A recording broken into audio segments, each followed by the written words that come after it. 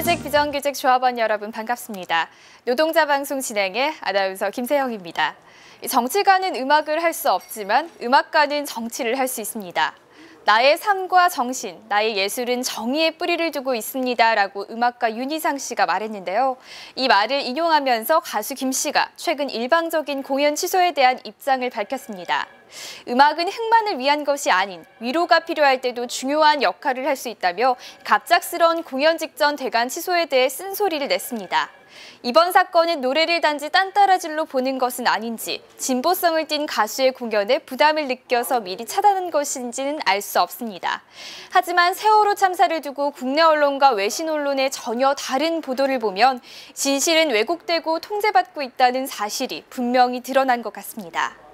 우리 민중이 무엇이 진실이고 거짓인지 알고 있는 이상 박근혜 정권의 몰락은 멀지 않았을 거라 생각하며 이번 주 노동자 방송 시작하겠습니다.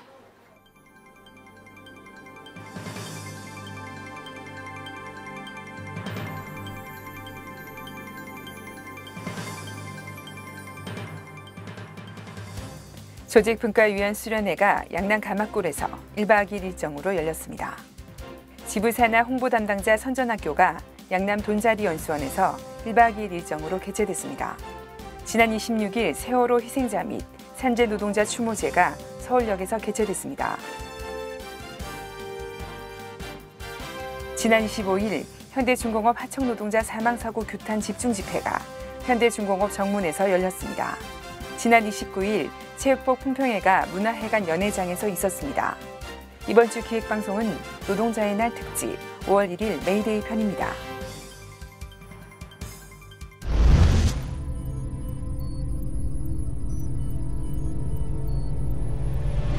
조직분과위원 수련회가 양남 가막골에서 1박 2일 일정으로 열렸습니다.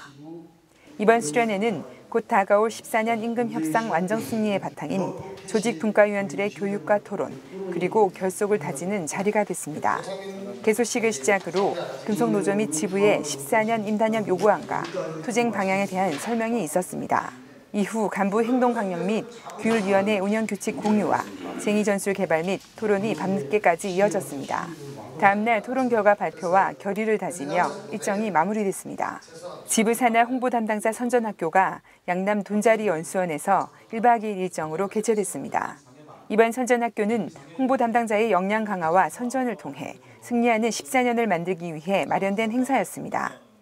입소식을 시작으로 지부 권선태 부장의 14년 임투기조 설명과 박성국 매일노동뉴스 대표로부터 통상임금과 근로시간 단축의 방정식이란 주제의 특강과 미디어 글쓰기를 통해 실습 형태로 진행됐습니다.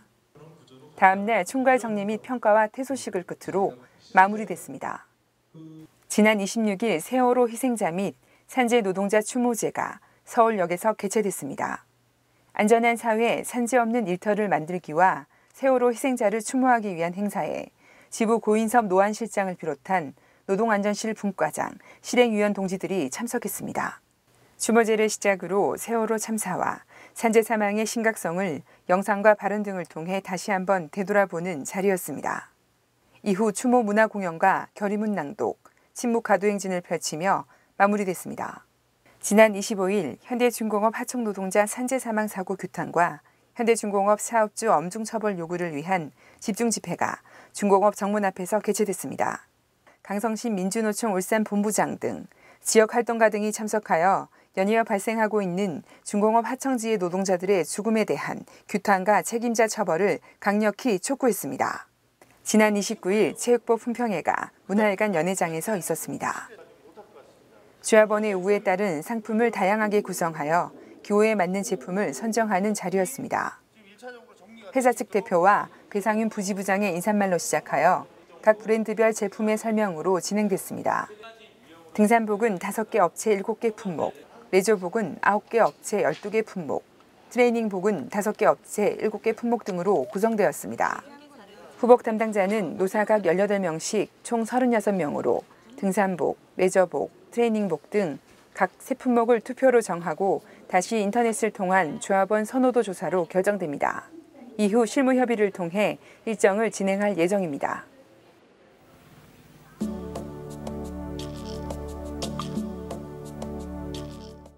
올해 124주년을 맞는 세계 노동절의 기원은 자본주의가 급격한 발전을 거듭하던 1800년대 중반으로 거슬러 올라갑니다.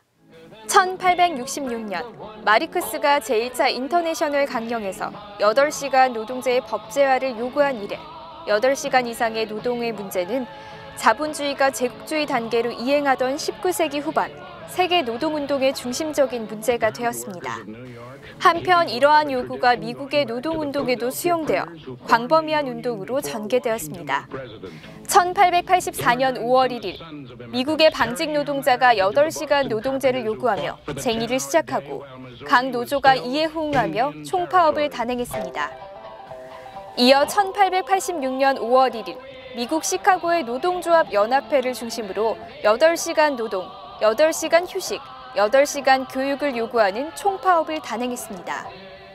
이 과정에서 많은 노동자들이 죽거나 부상당하고 체포되었습니다.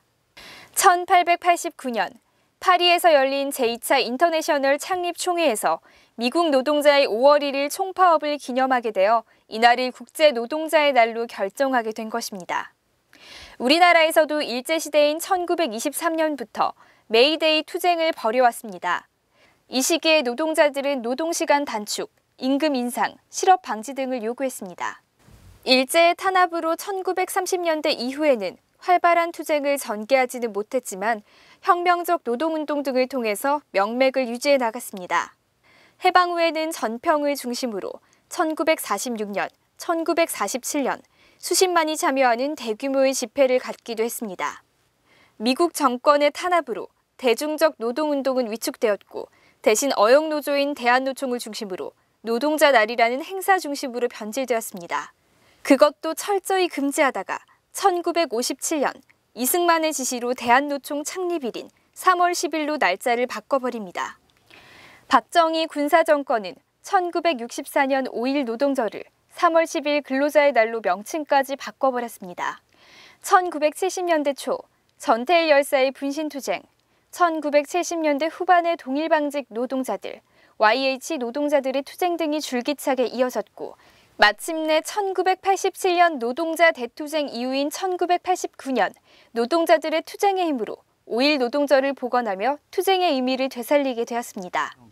전근대적인 노무 관리로 노예처럼 살기를 강요당해온 노동자들은 87년 여름 투쟁의 망치로 새 하늘과 새 땅을 열었다.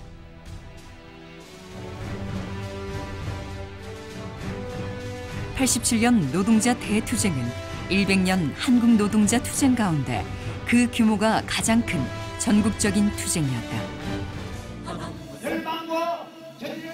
권력 자본의 탄압에 맞서 끈질긴 투쟁 끝에 김영삼 정권 시기인 1994년 5월 1일 노동자의 날로 바뀌었지만 명칭은 여전히 근로자의 날로 남아 있습니다.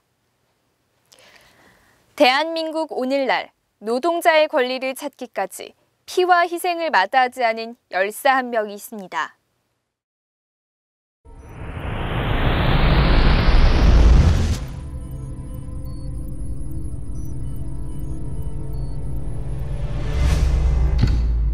어제였죠.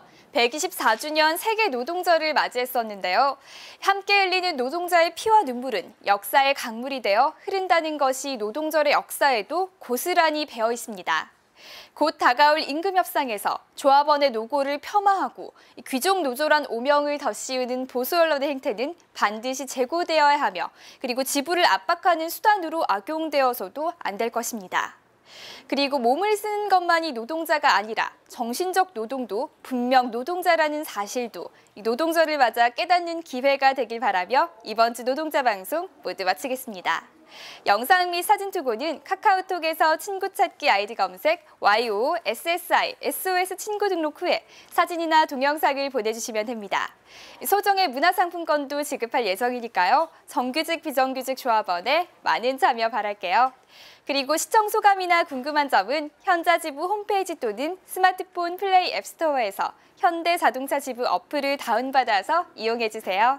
그럼 다음 주 노동자 방송 시간까지 안녕히 계세요.